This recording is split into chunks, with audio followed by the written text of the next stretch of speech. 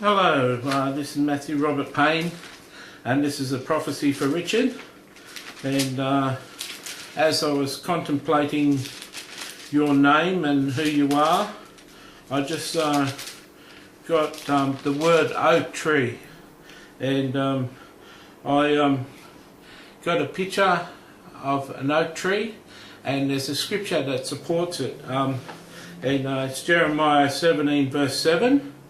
And it says, "Blessed is the man who trusts in the Lord, whose hope is in the Lord, for he shall be like a tree planted by the waters, which spreads its roots out by the river, and who will not fear when the heat comes, but its leaf will be green, and it will not be anxious in the year of drought, nor will it cease from yielding fruit."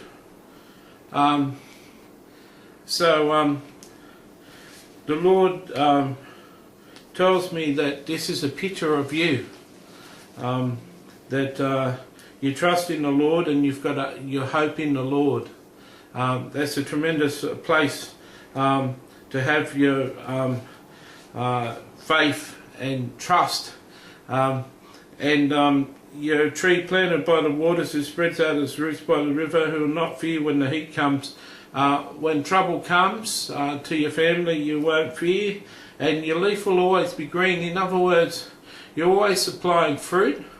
Psalm 1 talks about this same tree, and we'll have a look at Psalm 1 too, just so you can get it in context. "Blessed is the man who walks not by the counsel of the ungodly, nor stands in the path of sinners, nor sits in the seat of the scornful, but his delight is in the law of the Lord, and on his law," on the Bible, "he meditates day and night. He shall be a tree planted by the waters, rivers of water, that brings forth its fruit in season, whose leaf shall not wither, and whatever he does shall prosper." You've got I had the privilege of getting a little to know your wife with your wife's prophecy, and hearing what the Lord had to say about her. You've got the privilege of being married to a praying wife, and a wife that's got an asset that wants to be close to the Lord and intimately close to the Lord. You're a man who's really strong and committed, and you have got like this iron rod in your back, that you make a decision, and the decision stands. Everyone knows where you stand on certain issues, and it takes a tremendous amount of work to change your view on certain things. That's a good trait. God gave you that iron back to stand still, and you've been a rock to your wife and to your family, and you've been very dependable. I wonder how much Ben has got in common with you that Bethany would choose him. I get a picture of a child kicking a soccer ball. Actually, I get a picture of a young boy kicking a soccer ball, and I feel that even though that you're strong, this young child at heart is that you've still got childlike vision, and you've still got childlike faith, and you've still got this simple heart that believes. You've got a heart that is open to new things, and open to learning new things, and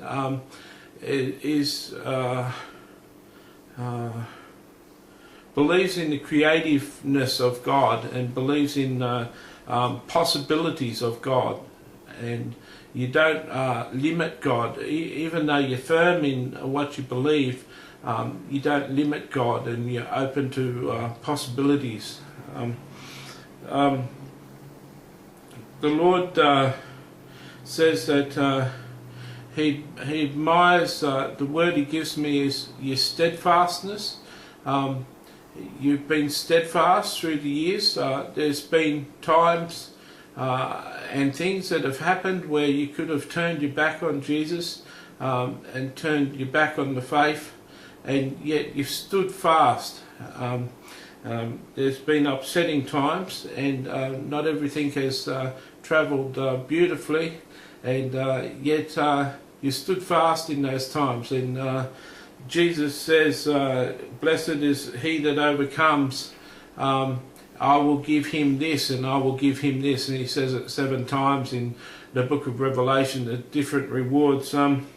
You're a person like David.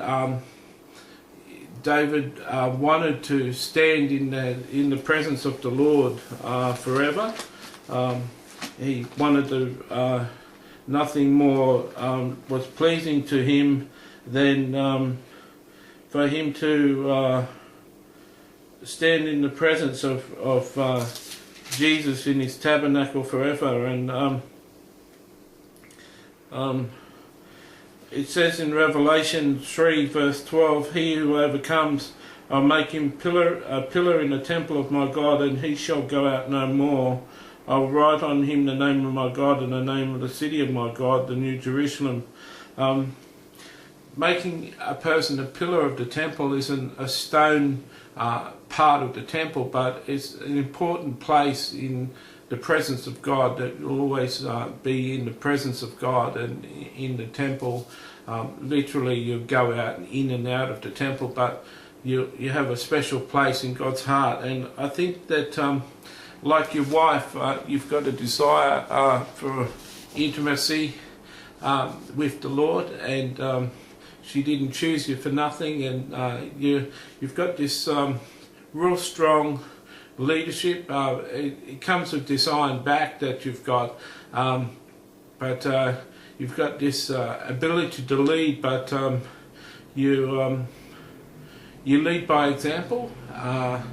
You don't ask anyone to do anything that you're not willing to do yourself, and I think that you've got this desire, like David, to be in the tabernacle of the Lord and never go out from the presence of the Lord once you're there. And I hope that this has been a blessing to you. The Lord really admires your steadfastness and the way that you've remained steadfast. You've wondered from time to time how the Lord sees you, and the Lord sees you as honourable and steadfast and overcomer. And there are some of the best attributes the Lord could bestow upon you, that you're steadfast and honourable and an overcomer. So I pray that this has blessed you, and I hope that you can give me some feedback. God bless.